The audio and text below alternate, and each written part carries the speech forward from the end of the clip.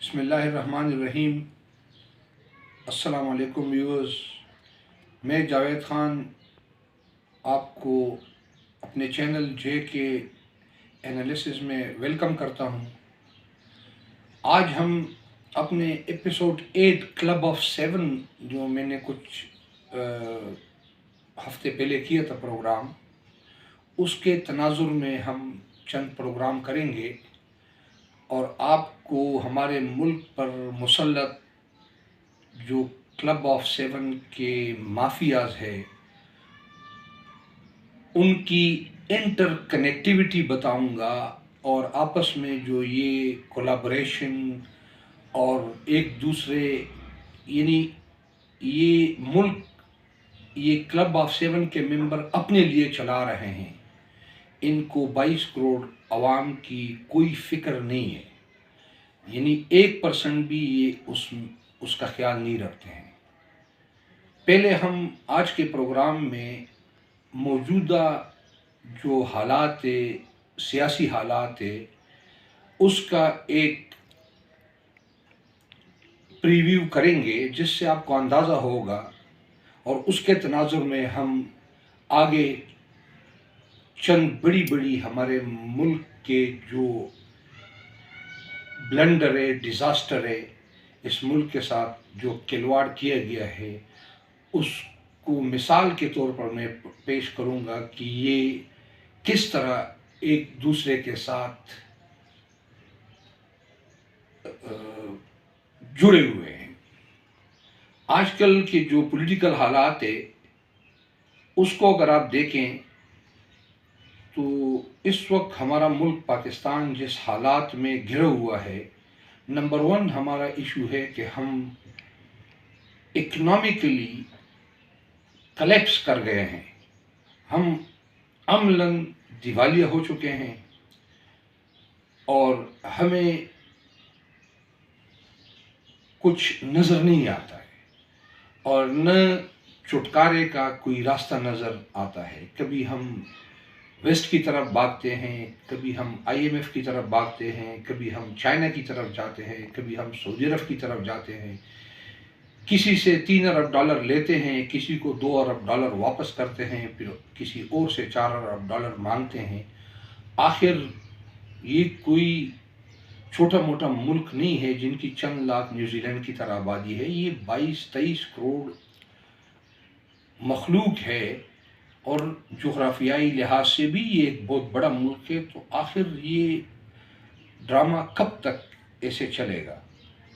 نہ تو ریاستیں اتنی دیر تک ایسے چل سکتی ہے اور نہ چلائی جا سکتی ہے۔ کسی بھی ملک یا ریاست کی عمر صدیوں میں اور ہزاروں سالوں میں ہوتی ہے۔ ہمارے ملک کو 70-75 سال اگر ہو گئے ہیں تو یہ تو ایک انسان کی عمر سے بھی اس کی عمر کم ہے۔ عام لوگ یہ کہتے ہیں کہ کیا ہوا، بس یہ ملک تو چل رہا ہے، کچھ نہیں ہوا۔ یہ کوئی لائف نہیں ہے، یہ بالکل ایک نیو بورن بیبی ملک کہلایا جائے گا اس عمر کے ساتھ۔ ریاستوں ملکوں کی جو عمریں ہوتی ہے، اگر آپ ایران یا جس کو پہلے پارس کہا جاتا اس کی تاریخ دیکھ کے ہزاروں لاکھوں سال پرانی ہے، ایجپٹ کی تاریخ دیکھ لے، ویسٹ میں انگلینڈ کی تاریخ دیکھ لے، امریکہ کی تاریخ، امریکہ کا ایون موجودہ آئین میں 400-450 سال پرانا ہے۔ تو ہمارے ہاں تو بس یہ ہے کہ یہ ملک 70 سال میں کچھ نہیں ہو، یہ تو قائم ہے۔ تو یہ تو ویسے ہی ملک جب قائم ہوا 24 سال کے اندر ہی 50% سے زیادہ ٹوٹ گیا، اس حقیقت کو بھی ہم بھول گئے ہیں۔ اور یہ واقعہ کوئی زیادہ پرانے نہیں ہے، یعنی 71 کا واقعہ تو چند سال یعنی کچھ عرصہ پرانے کا واقعہ ہے، لیکن ساری قوم اس کو بھول گئی ہے کہ یہ ملک تو عملاً بہت ہی بے عزتی اور بے دردی کے ساتھ توڑ دیا گیا 71 میں، لیکن اس کو بھی ہم بھول گئے ہیں۔ نہ اس سے ہم نے رتی بھر سبق حاصل کیا ہے اور نہ کسی کی کان پہ جوں رینگی ہے۔ ابھی آپ موجودہ سیناریوں میں دیکھیں، اس کو ملاؤ، اس کے خلاف ہو جاؤ، اس کی ٹانگیں کھینچو، یہ ہمارے ساتھ ہے، تم ان کے ساتھ ہو جاؤ، اس حکومت کو گرانا ہے اور ہم نے آنا ہے۔ کوئی یہ کہنے کو تیار نہیں ہے کہ اس ملک کو ہم کیسے اس گمبھیر صورتحال سے نکالیں گے۔ نمبر ون، اس کی جو معاشی طور پر ہم تباہ ہو چکے ہیں اس کا کیا حل ہے۔ کوئی ہمارے تعلیمی نظام کی طرف نہیں دیکھتا ہے جو عملاً تباہ ہو چکا ہے۔ کاغذوں کی سرٹیفکیٹ ہم دیتے رہتے ہیں، آتا کسی کو کچھ نہیں ہے۔ جغرافیائی لحاظ سے ہم مصیبتوں میں گرے ہوئے ہیں۔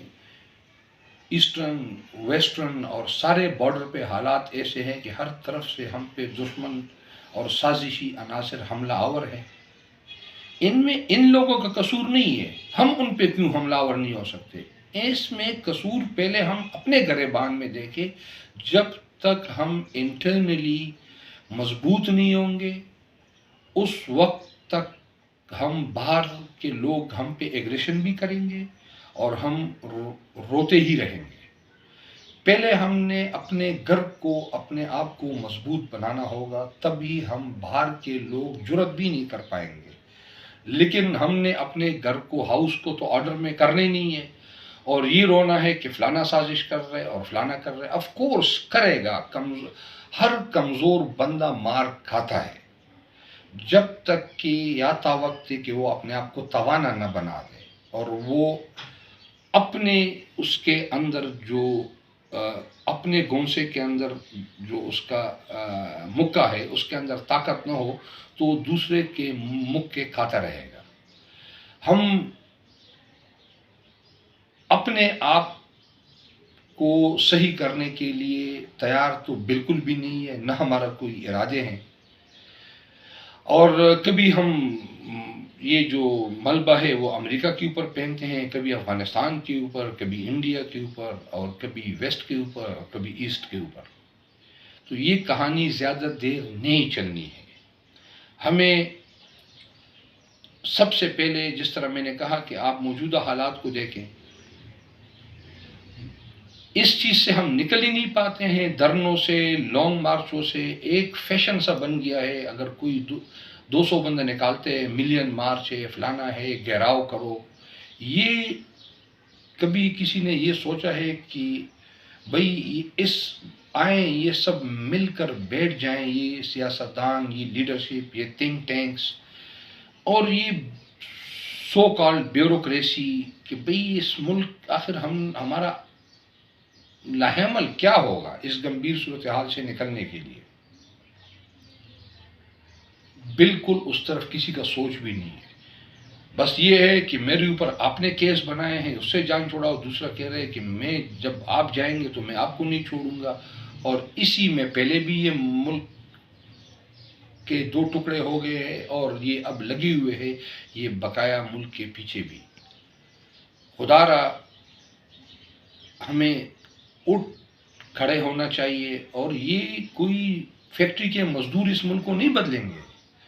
اس ملک کے جو انٹلیکچوئل ہے، جیسے تیسے بھی ہے، جو سمجھدار لوگ ہیں، جو پولیٹیشین ہے، جو میں نے کہا تھا کہ یہ ایک کلب ہاؤس ہے، اس کلب آف 7 کے جو ممبرز ہیں ان کو توبہ کرنا پڑے گا، اور اگر پورا توبہ نہیں کرتے ہیں، آدھا توبہ کرتے ہیں کہ آدھا ہم نے ملک کو لوٹنا ہے اور آدھا اس ملک کے بارے میں کچھ کرنا ہے، تو بھی یہ ملک دنیا کے بہترین ممالک میں سے بن سکتا ہے۔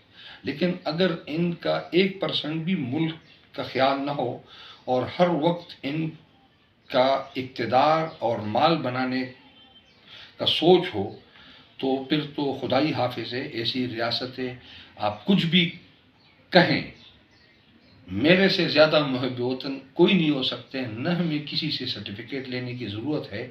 لیکن بات تو آپ کو حقیقت پر مبنی کرنی پڑے گی۔ کیا کوئی نظام فطرت اور قدرت کے خلاف چل سکتا ہے؟ بالکل بھی نہیں۔ اگر کوئی یہ کہتا ہے کہ ہم اس طرح کے عللے تللے اور یہ مستیاں کریں گے اور یہ ملک رہے گا، تو وہ احمقوں کی جنت میں وہ لوگ رہتے ہیں۔ وہ تو میرے حساب سے گناہ کے مرتکب ہو رہے ہیں۔ فطرت کے خلاف آپ اس طرح کا لوٹ کسوٹ اور ایک ڈرامہ آپ نے رچایا ہوا ہے، تو اس کا اینڈ بھی ایک ڈرامے کی طرح ہوگا۔ اس پہ میرے خیال میں اگر کوئی یہ کہتا ہے کہ نہیں یہ پھر بھی سب کچھ چلے گا تو وہ گناہ کا مرتکب ہو رہا ہے، کیونکہ وہ فطرت کے خلاف بات کرتا ہے۔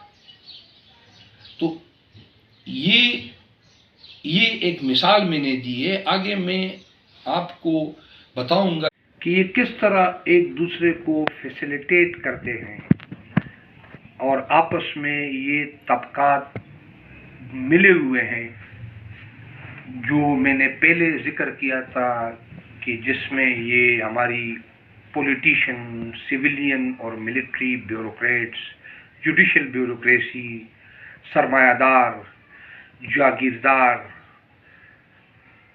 اور یہ جعلی قسم کے ٹیکنوکریٹس اور انٹلیکچول، اور آف کورس یہ میڈیا ہاؤسز جو انہی سرمایہ داروں کے ہیں اور ان کے انڈر آتے ہیں یا ان کے بولتے ہیں، تو یہ آپس میں ان لوگوں نے کس طرح ایک انٹیگریٹڈ ویب بنایا ہوا ہے، اور باقی 22 کروڑ عوام اور ملک کا ان کو رتی بھر بھی کوئی فکر نہیں ہے۔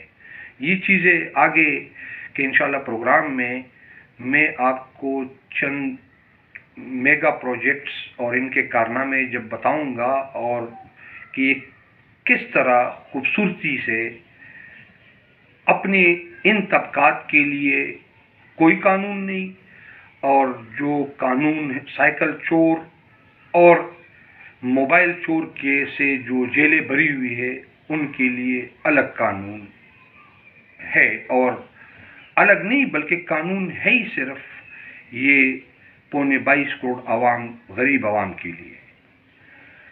تو جب تک یہ لوگ اگر تمام اپنی حرکات سے توبہ نہیں کریں گے، اور کم از کم کوئی 50% کے قریب بھی اپنی حرکتوں سے توبہ کریں گے، 50% یہ لوگ اپنے لیے جس طرح جدوجہد مال بنانے کی اور اقتدار پر قبضہ کرنے کے لیے کوششیں کرتے ہیں، اور 50% اس ملک کے لیے بھی سوچے، تو یقین کرے اس ملک کا مستقبل باقی تمام قوموں سے زیادہ روشن انشاءاللہ ہوگا۔ لیکن اگر صورتحال ایسی رہی، اور لگ رہا ہے کہ ایسے ہی رہے گا، کیونکہ مجھے کوئی دور تک ایسے آثار نظر نہیں آ رہے ہیں کہ ان لوگوں میں سے کوئی تبدیلی آنے والی ہے، تو انشاءاللہ اپنے اگلے پروگرام تک اجازت دیجیے، اپنا خیال رکھیے، اللہ حافظ۔